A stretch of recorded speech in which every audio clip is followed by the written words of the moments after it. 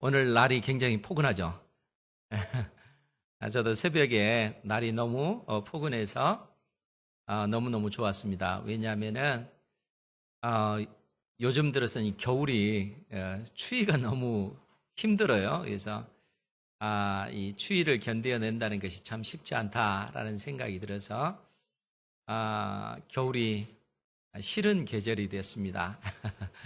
예전에 저는 그 겨울을 참 좋아했거든요. 특히 바다 중에서도 제일 좋아하는 바다, 겨울 바다를 저는 가장 좋아했습니다. 그런데 이제 추위를 견디지 못하니까 이 겨울이 좋은 계절이 아니라 참 견디기 힘든 그 계절이구나라는 그런 생각을 해봅니다. 더더구나 우리 인생의 겨울, 인생의 봄이 있고 또 왕성한 여름이 있고 원숙한 가을을 지나서 인생의 그 겨울을 맞이했을 때 우리의 그 육신이 예전과 같이 건강하지 않기 때문에 또 힘들고 또 인생의 그 겨울을 넘어서 또 이 세상을 떠나는 그러한 날이 있기 때문에 또 그것을 생각해 보면은 이제 인생의 그 허무함 또 외로움 죽음이라고 하는 이 장벽을 뛰어넘는다는 것이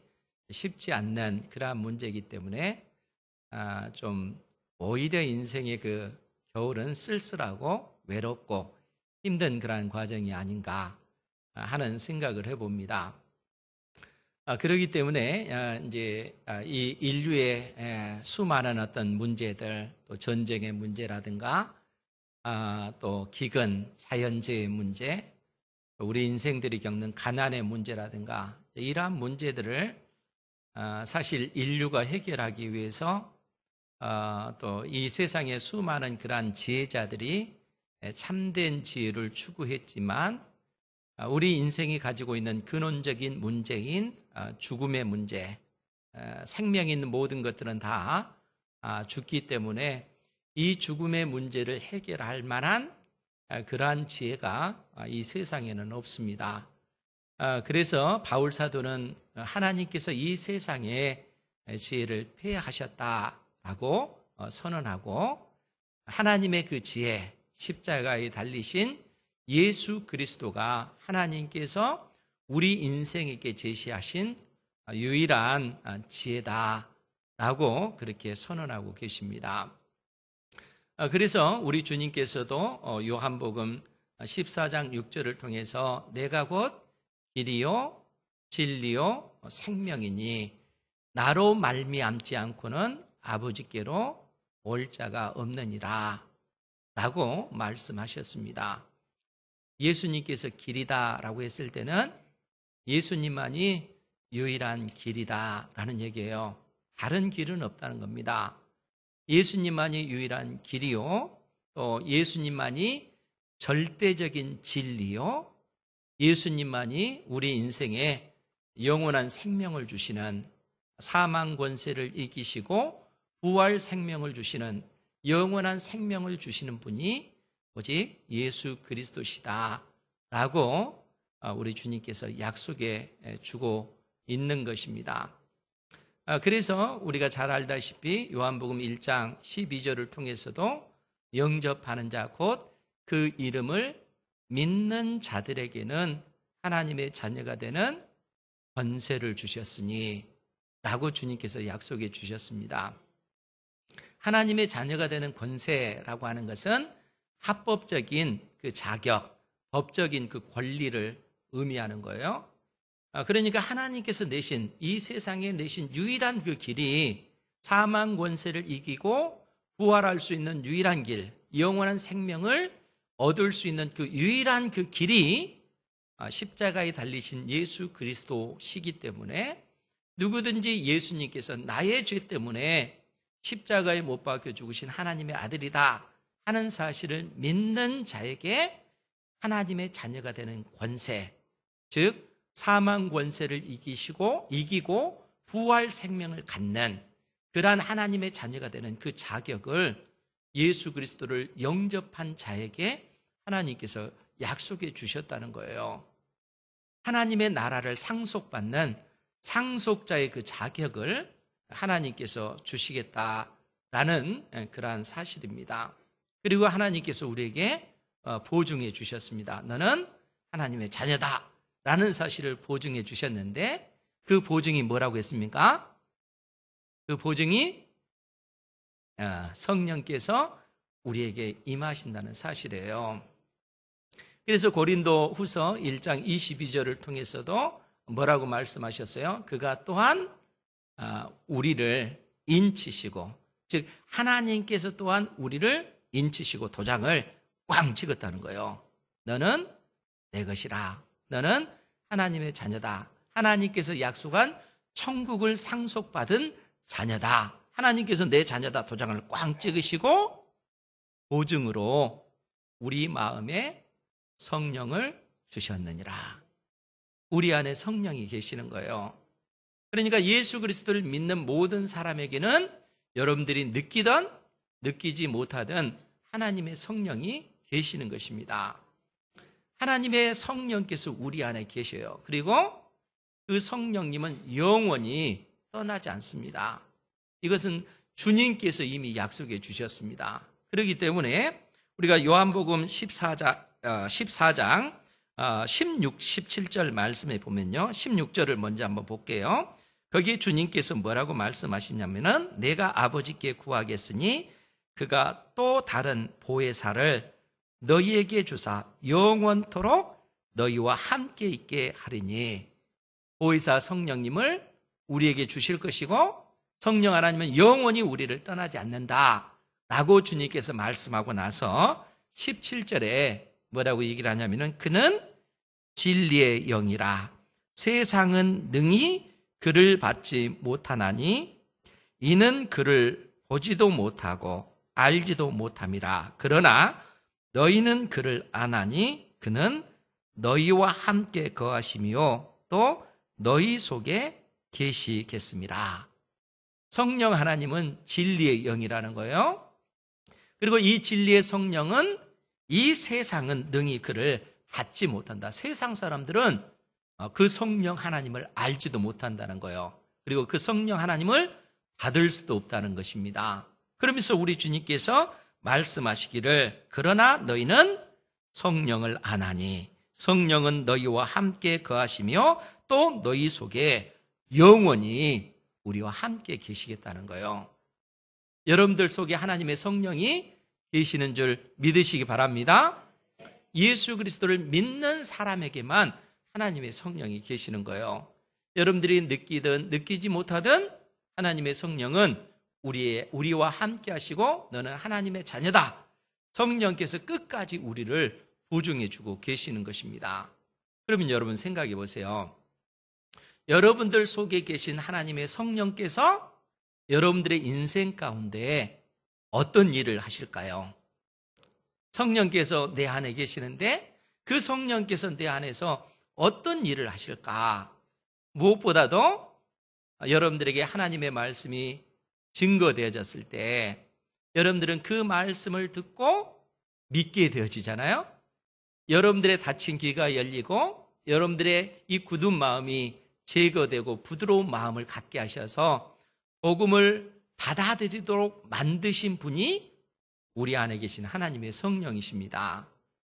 무엇보다도 성령 하나님께서는 우리에게 계시로 주신 성경 66권을 통해서 이 성경을 읽고 묵상하는 가운데 이 말씀이 믿어지도록 해주셔요. 이 속에 담긴 말씀이 깨달아지게 하시고 믿어지게 하시고 믿는 바대로 여러분들로 하여금 믿음으로 행해 나갈 수 있도록 성령 하나님께서 도와주시는 거예요. 그러니까 성경을 모르면 여러분들이 부지런히 성경을 읽고 묵상하지 아니하면 하나님께서 하늘과 땅 그 안에 있는 모든 만물을 창조하시고 그리고 하나님께서 크신 권세와 능력으로 이 세상 역사를 이끌어 가시고 역사의 끝에 우리 주님께서 재림하셔서 온 세상을 심판하시고 영원한 하나님의 그 나라를 완성시키실 뿐만 아니라 그 하나님의 나라 천국을 예수 그리스도를 믿는 우리에게 상속받게 해주신다는 그 사실을 여러분들이 깨닫지 못하는 거예요.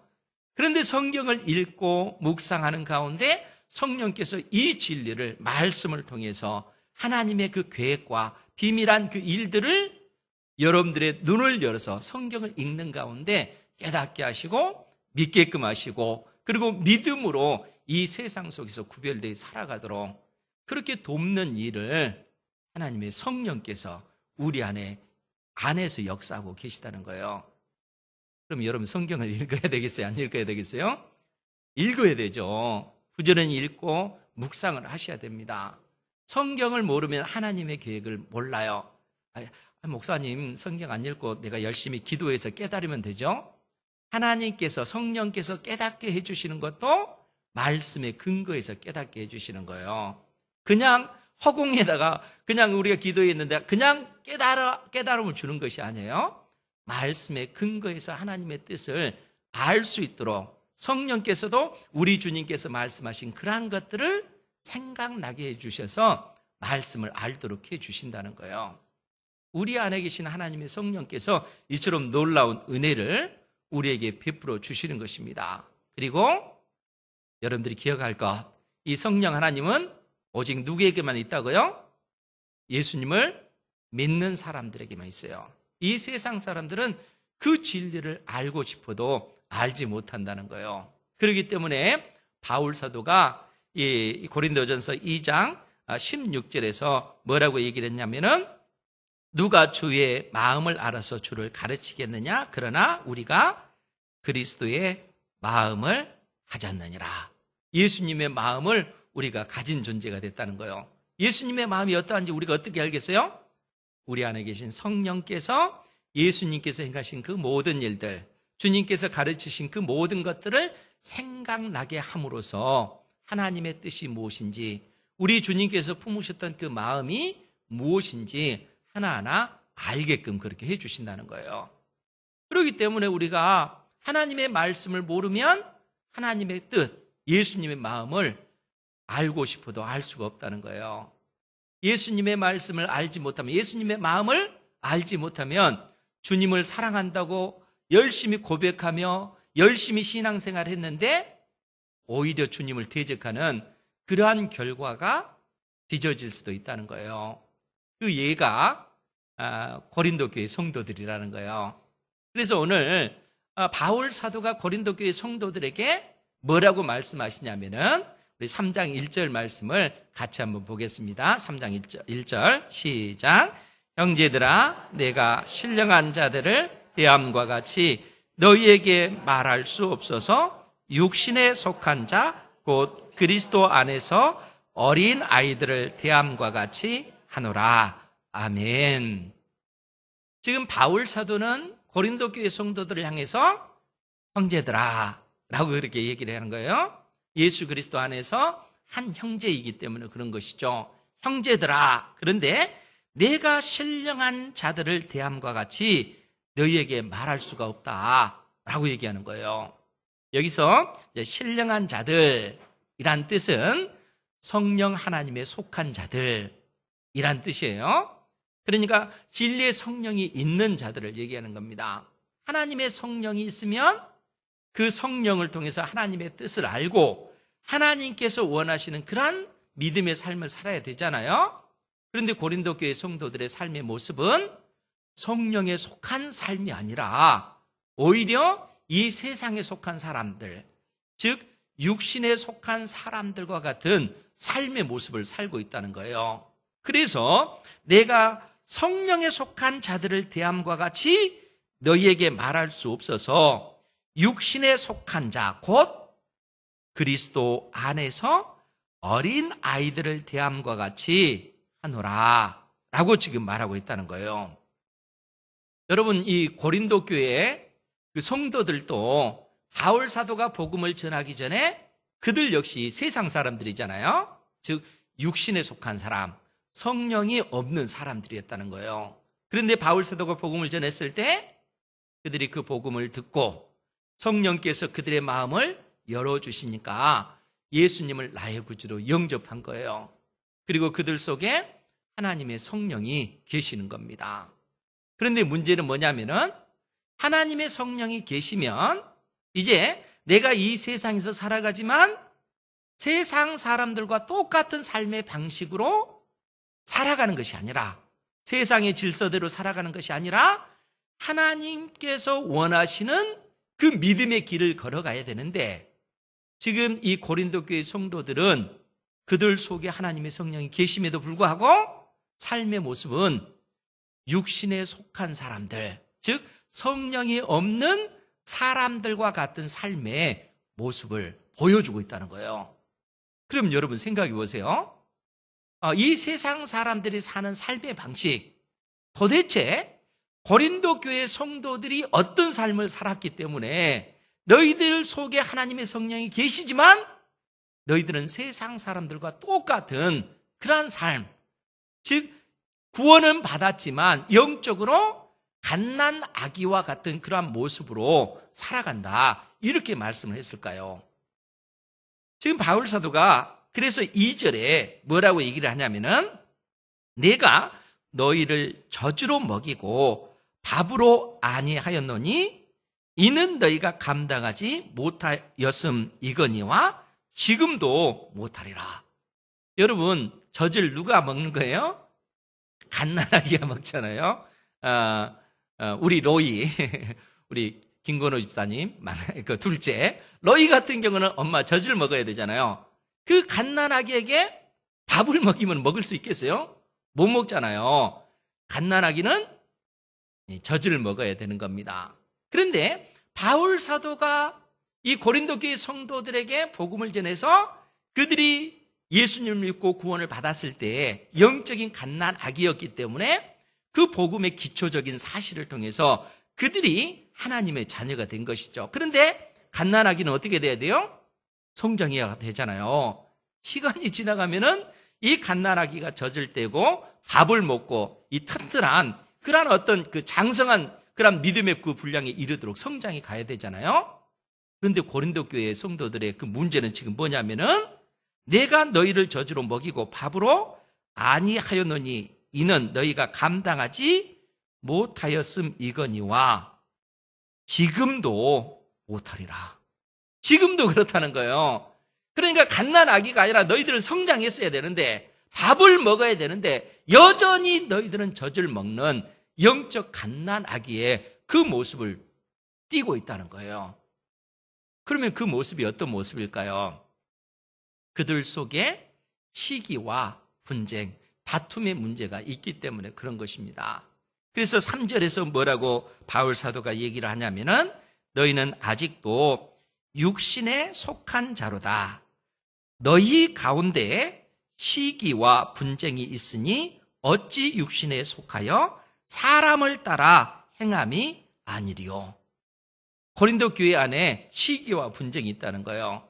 그 시기와 분쟁의 그 원인은 사람을 추종하는 것 때문에 있다는 거예요. 그래서 4절에서 뭐라고 표현했냐면은, 어떤 이는 말하되 나는 바울에게라 하고 다른 이는 나는 아볼로에게라 하니 너희가 육의 사람이 아니리요. 너희들이 바울을 추종하고 너희들이 아볼로를 추종한다는 것, 이것은 너희들이 육신에 속한 사람들의 그 모습이라는 거예요. 성령의 사람들은 그렇게 살지 않는다는 거예요. 여러분, 그러면 이 말의 의미가 무엇일까요? 바울 사도가 고린도 지역에 복음을 전할 때, 그때 당시 고린도 자체가 헬라 지역이잖아요. 헬라 철학의 영향이 아주 강력하게 미치던 그러한 곳입니다. 그때 당시 이제 유행하는 그 철학이 스토아 그 학파와 에피쿠로스 그 학파예요. 그러니까 이제 그들이 추구하는 그 방향은 다르지만 중요한 것은 뭐냐면은, 나는 어느 학파에 속해 있는가. 스토아 학파 같은 경우는 기원전 300여 년 전에 이 제논이라고 하는 사람이 이 세상에 되어지는 그 원리, 이치, 참된 지혜가 어디에 있을까? 인류가 안고 있는 인생의 문제를 해결할 수 있는 참된 지혜가 뭘까? 이것을 고민하다가 이 세상에 되어지는 어떤 이치와 원리 속에 그것을 발견하는 거예요. 그러니까 온 세상이 어떤 이성적인 논리적인 원칙, 원리에 의해서 움직여진다는 거예요. 그 힘이 뭘까? 그것이 참된 지혜다. 그래서 우리 인생이 이 땅에 살아가기 위해서 감정적인 그러한 것들을 제어하고 이성적으로 논리적으로 우리 자신을 통제해 나갈 때 그 인생이 참된 것이다. 나름대로 그런 어떤 이론을 만들어내는 거예요. 그리고 에피쿠로스 학파 같은 경우는 인생의 참된 그 쾌락, 그 평안은 어디에 있는가?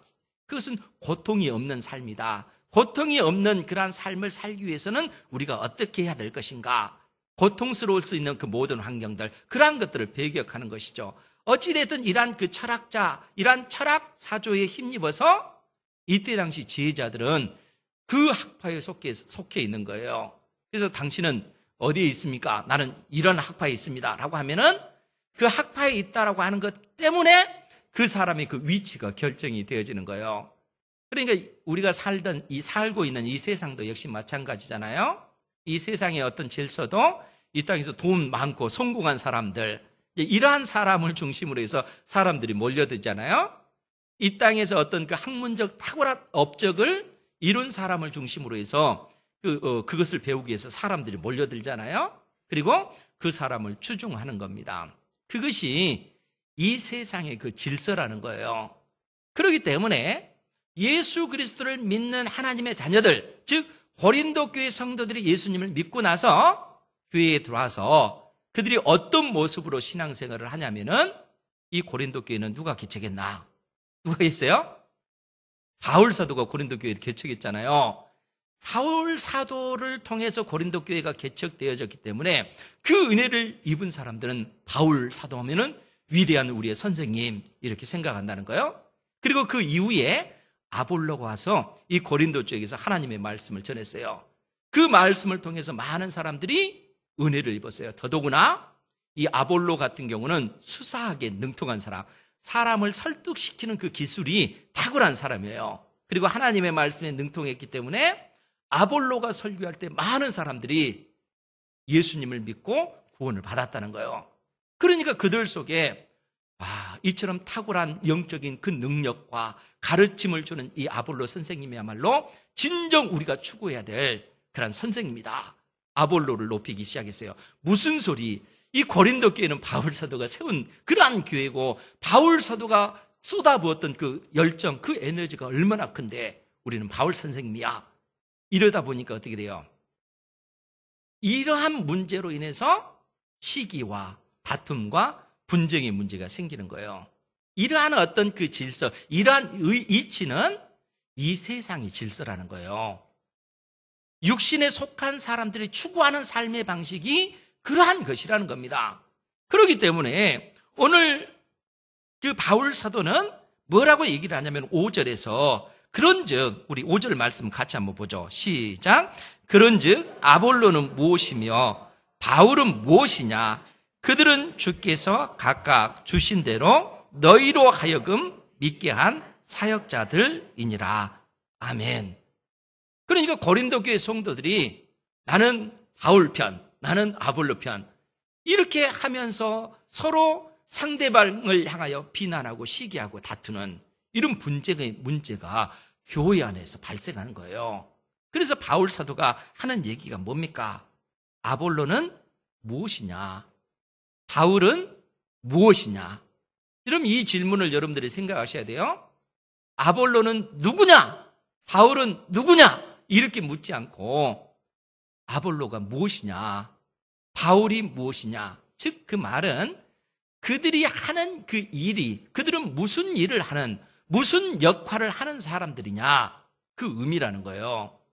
그러니까 바울 사도가 가진 그 역할, 아볼로가 가진 그 역할, 하나님께서 그들을 세우셨는데 그들이 맡은 역할이라고 하는 것이 무엇이냐? 그 질문을 하고 있다는 거예요. 그러면서 하는 말씀이 그들은 주께서 각각 주신 대로 너희로 하여금 믿게 한 사역자들이니라 라고 얘기하는 거예요. 그들은 하나님께서 일꾼으로 세워주셨고 그들을 각자가 맡은 역할이 있다는 얘기예요. 그래서 바울이 무엇이고 아볼로가 무엇이냐 이렇게 묻고 있는 겁니다. 그러면서 그들은 주님께서 각각 주신 대로 너희로 하여금 믿게 한 사역자들. 사역자들이라는 거예요. 그런데 이 사역자들의 1번 이렇게 써져 있는 성경책이 있잖아요. 각주의 이 사역자들을 뭘로 표현을 했어요? 집사들. 그러니까 이게 그 헬라어 원문에는 디아코노스 이제 집사라고 하고 이제 복수형으로는 디아코노이라고 하는 단어거든요. 집사들. 집사는 헬라어 말로 디아코노스라고 하는 단어입니다. 그런데 그 의미, 그 어원은 뭐냐면은 식탁에서 시중을 드는 자라는 얘기예요. 그러니까 상전이 그 식사를 하고 있으면 그 곁에서 시중 드는 사람이 집사라는 거예요. 즉 섬기는 자.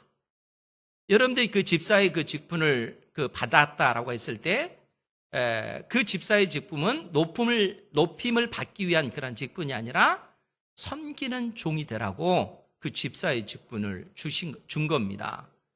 그 애완동물을 키우는 그러한 거 보면은 우리 집도 저희 집도 이 고양이를 키우잖아요. 근데 이제 우습게 그 소리로 그 고양이가 집사를 선택한대요. 그러니까 자기를 섬길 자를 고양이가 그렇게 선택을 한다고 해요. 이제 그 요즘 뭐 이제 그 애완 동물을 키우는 사람들이 하는 그런 얘기겠죠. 그러니까 집사라고 하는 의미는 섬기는 자라는 거, 섬기는 거. 그러니까 높임 받기 위해서 집사의 직분이 있는 것이 아니고 섬기기 위해서 섬기라고 주신 직분이 집사의 직분이라는 거예요. 그런데 오늘 바울 사도가 뭐라고 얘기하냐면은 그들은 주께서 각각 주신 대로 너희로 하여금 믿게 한 사역자들, 집사들이다. 바울 사도 역시 아볼로 역시 집사들이다 그 얘기예요. 즉 섬기는 자들이다. 그러니까 여러분 성경에서 나오는 어떤 사도가 되었든 선지자가 되었든 목사가 되었든 장로가 되었든 권사가 되었든 집사가 되었든 그 본질은 다 섬기는 자라는 거예요. 종이라는 얘기예요. 종. 왜 바울 사도가 이 얘기를 하겠어요? 지금 고린도 교회 성도들은 정반대의 그 모습을 보이잖아요. 하나님께서 그의 백성들을 섬기라고 보낸 그 종들을 높이고 추앙하는, 그래서 분쟁하고 서로 다투는 시기하는 이러한 문제가 발생을 하고 있지 않습니까? 그래서 바울 사도가 그런 그들에게 바울이 누구냐, 아볼로가 누구냐, 그들의 그 역할은 하나님의 백성들, 주의 몸된 교회를 섬기라고 보낸 종에 불과하다. 섬기는 종이다. 이렇게 말씀하고 있다는 거예요.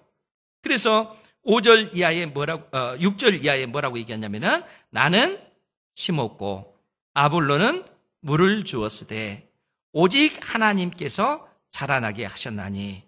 여러분 이 부분도 깊게 생각을 하셔야 돼요. 바울 사도는 심었고 아볼로는 물을 주었다라는 얘기예요. 여러분 생각해 보세요. 집에 화분을 키우기 위해서 나무를 딱 심었어요. 심고 나서 물을 주면 이 나무가 잘 자랍니까? 안 자랍니까? 자라잖아요. 그잖아요?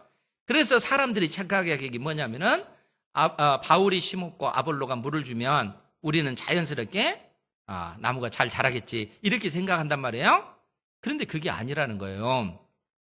아무리 여러분들이 나무를 심고 물을 준다 할지라도 자라나는 것이 아니라 자라나도록 모든 환경을 조성하시고 그 속에 생명력을 불어넣어서 자라날도록 만드시는 하나님의 그 능력이 그 속에 공급되어질 때 그처럼 자라난다는 거예요. 그러니까 여러분들을 심었다고 해서 자라나는 것 아닙니까? 아닙니다. 물을 준다고 해서 자라나는 것이 아니라는 거예요. 하나님께서 그 생명력을 공급하실 때 비로소 자라나는 겁니다. 그렇기 때문에 바울 사도가 뭐라고 얘기했냐면은 이 바울이나 아볼로나 하나님 앞에서 아무것도 아니라는 거예요. 여러분 생각해 보세요. 바울 사도가 고린도 교회를 이 개척해서 설립을 했어요. 그렇게 하니까 그 교회가 성장한 겁니까? 그곳에 아볼로가 가서 탁월한 말씀으로 그 가르침을 줬기 때문에 이 고린도 교회가 막 번성할까요? 부흥할까요? 그렇지 않다는 거예요. 제가 여러분들에게 하나님의 말씀을 가르쳐서 말씀을 선포할 때 그 말씀을 듣고 여러분들이 예수님을 믿고 구원을 받았어요. 아, 우리 담임 목사님을 통해서 내가 구원을 받았어. 물론 말은 그렇게 할 수 있겠죠? 그런데 제가 설교한 그 말씀을 통해서 여러분들이 구원을 받았다고요? 전혀 아니라는 거예요. 하나님께서 저에게 맡겨준 사명은 하나님의 말씀을 풀어서 하나님의 말씀을 여러분들에게 증거하는 겁니다. 그러할 때 어떤 일이 벌어지냐면 하나님의 성령께서 여러분들의 닫힌 길을 열어주시고 여러분들의 굳은 마음을 제거하셔서 부드러운 마음을 갖게 하시고 선포된 그 말씀이 깨달아지고 그 말씀이 믿어지고 그 말씀에 의지하여 예수님을 나의 구주로 영접하게 되어지는 것이죠. 그 속에 하나님의 성령께서 여러분들 가운데 역사하기 때문에 이러한 놀라운 은혜를 입게 되어지는 거예요. 그러니까 심는 자나 물 주는 이, 그래서 바울 사도가 그건 아무것도 아니라는 거예요. 오직 자라나게 하시는 이는 하나님뿐이시니라. 하나님의 은혜로 우리가 구원을 받는 거예요. 사람은 어떤 직분을 가지고 있다 할지라도 그 사람이 하나님의 영광을 취해서는 결코 안 되는 거예요. 사람은 하나님께서 세우신 일꾼이요 종일 뿐이라는 거예요. 바울 사도가 우리에게 그 진리를 일깨워 주시는 거예요. 그래서 8절 말씀에도 뭐라고 얘기하냐면은 7절 말씀 다시 한번 보면 그런즉 심는 이나 물 주는 이는 그래서 아무것도 아니로되 오직 자라나게 하시는 이는 하나님뿐이니라. 심는 이와 물 주는 이는 한 가지이나, 한 가지라는 말이 무슨 얘기겠어요? 심는 이나 물 주는 이의 한 가지 목표는 뭐겠어요? 그 나무가 잘 성장해 가는 것이죠. 하나님께서 바울 사도를 통해서 고린도 교회를 개척하게 하시고 아볼로를 보내셔서 그 교회가 부흥할 수 있도록 수많은 사람들이 구원받을 수 있도록 한 그 목적은 하나입니다. 그게 뭐겠어요? 예수님 믿고 구원받고 구원받은 백성으로 하나님의 그 뜻을 알고 하나님께서 이루실 그 일들을 믿음의 눈으로 바라보면서 믿음의 그 길을 걸어가는 거예요. 우리가 이 세상 속에 있지만 이 세상의 어떤 이치 원리는 높아지기, 어떤 한 사람을 중심으로 해서 추종하는 그런 거라면은 하나님의 나라는 정반대라는 거예요. 지금 고린도 교회 성도들이 잘못된 판단, 세상 사람들이 가지고 있는 어떤 그런 사고방식으로 바울을 추종하고 아볼로를 추종하는데 그것은 세상의 질서라는 거예요. 그 추종한 그 사람들은 섬기는 종이라는 거예요. 하나님의 자녀들을 섬기는 종. 그래서 바울 사도가 8절에서 심는 이와 물지는 이는 한 가지나 각각 자기가 일한 대로 하나님께서 그들에게 상을 주실 거라는 거예요. 하나님께서 그들을 일꾼으로 세우셨기 때문에 주인이신 하나님께서 그들에게 상을 주실 것이다. 그러면서 바울 사도가 9절에 우리 같이 한번 볼까요? 시작. 우리는 하나님의 동역자들이요 너희는 하나님의 밭이요 하나님의 집이니라. 아멘. 우리는 하나님의 동역자들이요. 여기서 우리는 바울을 비롯해서 아볼로, 사도들을 얘기하는 것이죠. 이런 우리는 하나님의 동역자들이요. 하나님의 동역자가 무슨 얘기겠어요? 하나님과 동등한 함께 하는 일을 하는 사람, 이런 개념이 아니고 여기서 바울 사도가 우리는 하나님의 동역자들이요. 그 얘기는 하나님께 속한 일꾼이라는 그 얘기예요. 하나님께서 우리를 종으로 부르셔서 세운 하나님 나라를 위해서 하나님 나라를 섬기라고 부른 종이라는 종. 우리는 종일 뿐이라는 얘기예요. 그러면서 너희는 하나님의 밭이요 하나님의 집이니라. 너희는 하나님의 밭, 하나님의 집. 이 밭, 집, 이 개념은 구약시대 때 하나님의 집, 하나님의 밭, 이 말은 하나님의 택한 백성, 하나님의 자녀라는 그런 의미예요. 그러니까 이 말이 무슨 얘기겠어요? 하나님께서 바울을 세우고 아볼로를 세운 그 목적은 뭔가? 하나님의 자녀인 우리를 섬기라고. 하나님의 자녀인 우리를 섬기라고 하나님께서 그들을 종으로 부르신 것이라는 거예요. 지금 바울 사도가 그 고백을 하고 있는 거예요. 그러니까 이러한 어떤 종들이 이 땅에서 높임을 받으면 되겠어요? 하나님께서 마땅히 받아야 될 그 영광을 이 종들이 다 취하면 되겠어요? 그것은 세상의 질서라는 거예요. 그러한 모습은 영적으로 갓난아기와 같은 그 모습이라는 거예요. 그러한 모습으로 우리가 살면 되겠습니까? 왜 하나님께서 교회에 목사의 직분을 주고 장로의 직분을 주고 권사의 직분을 주고 집사의 그 직분을 주셨겠어요? 하나님의 자녀들을 섬기라고, 섬기는 종으로 하나님께서는 이 직분을 주신 거라는 거예요. 그러니까 하나님께서 마땅히 받으셔야 될 그 영광을 종들이 취하게 되면 그것은 영적으로 갓난아기에 불과하는 거예요. 구원받은 하나님의 자녀이지만 그 실상은 이 세상의 이치, 원리, 그 질서에 따라 살아가는 그러한 모습이라는 겁니다. 그러한 것은 하나님의 참된 그 교회의 모습이 아니겠죠. 하나님께서 우리를 하나님의 자녀로 부르셨고 또 믿음의 그 사람들을 하나님께서 특별히 부르셔서 주의 몸된 교회를 섬기라고, 섬기는 종이 되라고 이러한 직분을 우리에게 주셨습니다. 우리가 이 사실을 깨닫고 우리가 높임받기 위한 그러한 삶이 아니라 내 주변에 있는 믿음의 형제 자매들을, 힘들어하고 아파하는 내 형제들을 섬기고 그들을 높여주고 우리 자신은 낮아지는 이러한 삶을 추구하는 은혜가 있기를 주님의 이름으로 축원드립니다.